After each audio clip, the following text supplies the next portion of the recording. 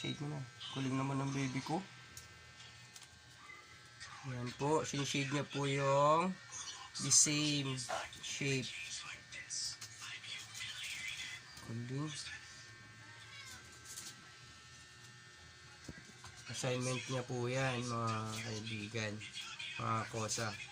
Assignment po yan ng baby ko. Sinishade niya po yung the same shapes. Kuling.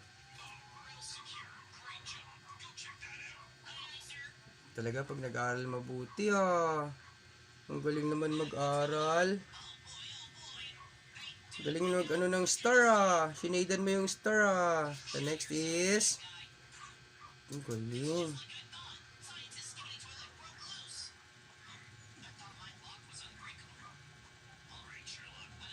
Galing mo naman.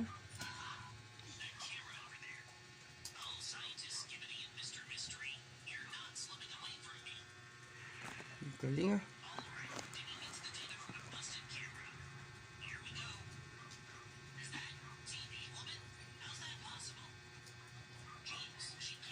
Okay, next. Ang alay ikaw. Okay, wag masyadong madiin. Tandaan lang. Okay, go. Next is the other one. Huwag mo takpan para hindi para makita mo. Go.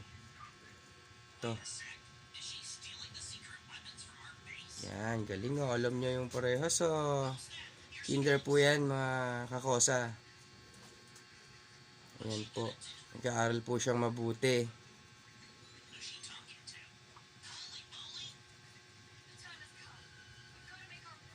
Galing Galing. Sinishade niya yung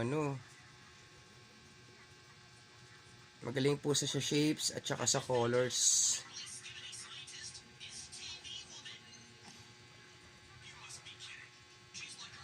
Malapit na siya matapos sa assignment niya. Meron siyang stars. Meron siyang stars sa kamay. Binigay ni teacher niya. Ayan yung stars. Ayan. Binigyan daw siya ng star. Malaking star. Ayun, malapit na siyang matapos. What shape is that? Rectangle. Galing mo Talaga pag nag-aaral mabuti, mayroong star. Galing walang nagtuturo Galing naman ng baby ko.